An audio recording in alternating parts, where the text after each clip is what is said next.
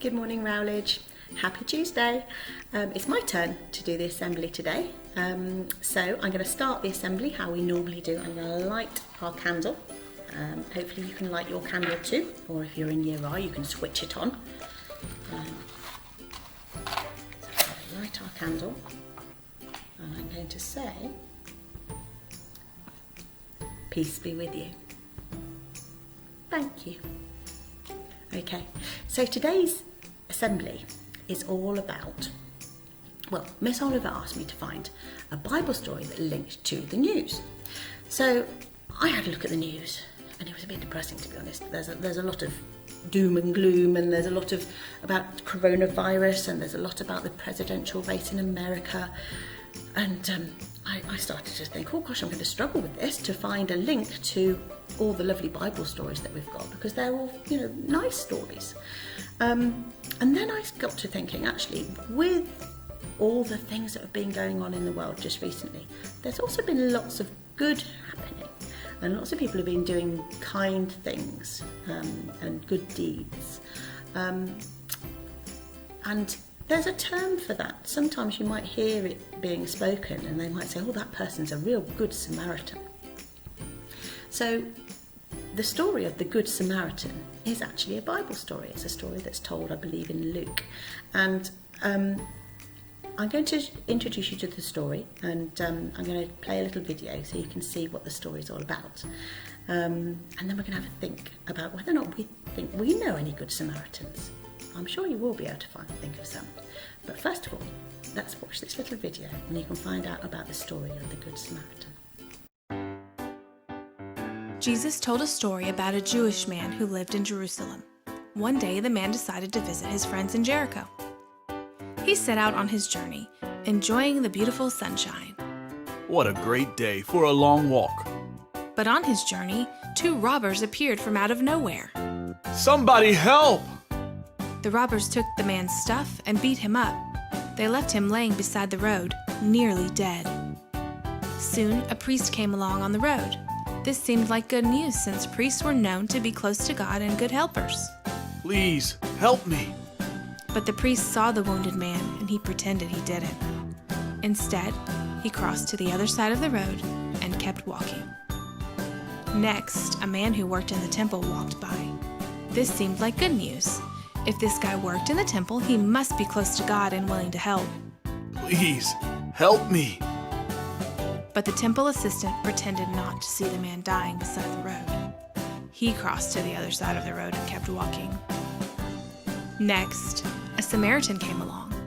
The Jewish man didn't expect him to stop. Everyone thought Samaritans weren't very nice or helpful. But the most unexpected thing happened. The Samaritan stopped. He got into the ditch with the Jewish man and bandaged his wounds. Thank you for stopping to help. The Samaritan loaded the hurt man onto his donkey and took him to an inn. He paid for the Jewish man's room and asked for them to take care of him. Do you think it's better to look like someone who helps others, or to actually be someone who helps others? Jesus asks us to be someone who helps, just like the Good Samaritan.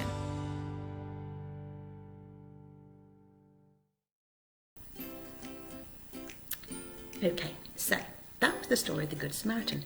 Can you think of anybody that you might know that has done a good deed like that?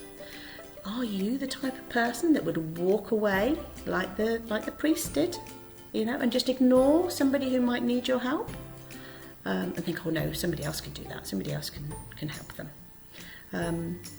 I hope not. I don't think you would, because I think we've got lots of very good Samaritans in Rowledge.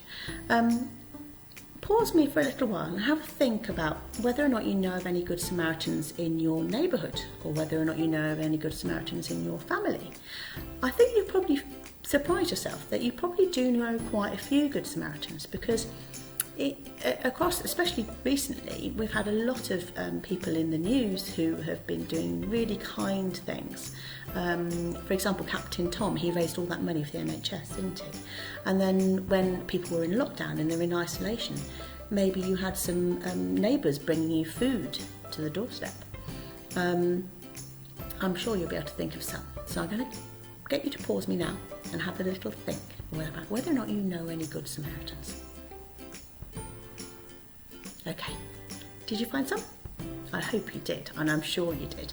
Now, the good Samaritans, they don't have to be doing huge things like, saving your life or anything like that. I mean, that's fantastic, but good Samaritan thing to do can be small as well. It can be little things like my neighbour sometimes brings in my wheelie bin for me. And I think I remember Mrs. Holmes saying about that at some point in one of her assemblies. Another good kind of thing, and it happens to me all the time. I can never reach the tins on the top shelf at the supermarket, and there's always a good Samaritan around who will reach them down for me. And it's just little acts of kindness. And I believe Miss Orford in her last assembly, she talked about sacrifice. And then that also linked to acts of kindness. I'm going to show you another little video now, and it's children explaining the story of the Good Samaritan. And they go on to talk a little bit more at the end about how a Good Samaritan isn't just one person. So I'm going to let you watch it now and see what you think, and see whether or not you still think that a Good Samaritan is just one person.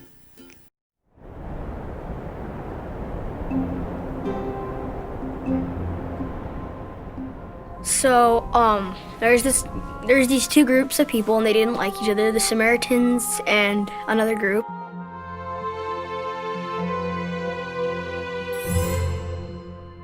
There was this one kid, there was this one guy, and he was going on a trip with his mule, and the donkey has a whole bunch of stuff on it. So this guy was walking down a deadly road. And when he looked up on the mountain, he saw, was it two people on a mountain? He looked back and his donkey was running away with all his stuff. His horse ran away, and some guy hurt him. These robbers or bandits came out and they beat him up. And took all his clothes, and he was laying on the ground, bloody. And he was there, pretty beat up, and this preacher came, a guy who was also going to the temple, and he was like, oh, I should help this guy, but I don't want to help him. I want to go to the temple. Bye. He just walked away. And just people walk by him, don't mind it, and try to get away from him. The last person, he was a Samaritan, and he helped. He put this medicine on his owie. He got the paper towel and wiped the blood off. And then after that, when it was night, he took him to what was it? A cottage? To a hospital, or what they had back then for a hospital. He took him at a hotel, like an inn, and the guy stayed there for the night. And put him in a bed and just sat there. But then a few minutes later, that guy had to leave.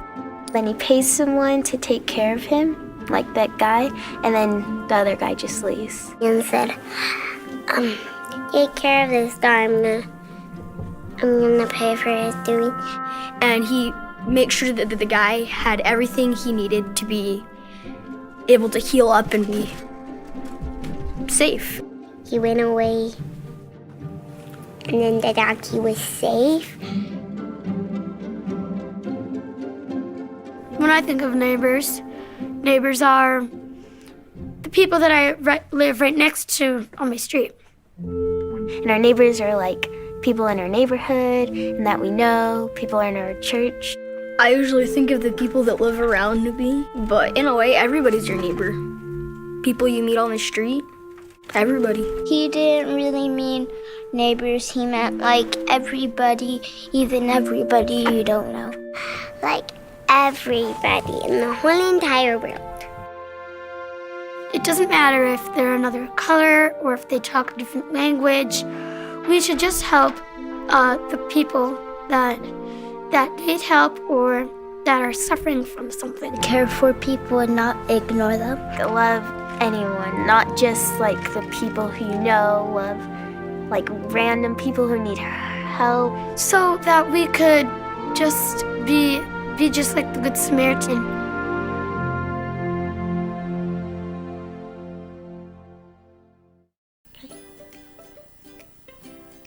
Okay, so the children at the end started to talk about that there's your neighbours. Your neighbours are the people who are on either side of you in your house, aren't they? We talk about our neighbourhood, the people that you live nearby. So your neighbours are definitely people who could be good Samaritans. Your neighbour might be the person that you sit next to on the carpet. Your neighbour might be the person that you sit next to at your table. But if you start to think carefully about it, our neighbours are everywhere. Our neighbours are all around us. Like the children said in the video, they're everywhere in the world. So that means every one of us can do kind deeds for one another. I want you to think what kind deed you could do for somebody today. What thing you could do to be a good Samaritan. We're going to say a prayer now. So I'd like you to put your hands together and close your eyes if you think you'd like to, or you can just look at the candle and we'll say a prayer. Dear Lord, please help us to make the right decisions to help others and to not walk away when we know that we can do some good to help. Amen. Lovely to see you again, Rowledge. Can't wait to see everybody all back together again. But in the meantime, have a lovely day. I'm going to blow out my candle now and say cheerio.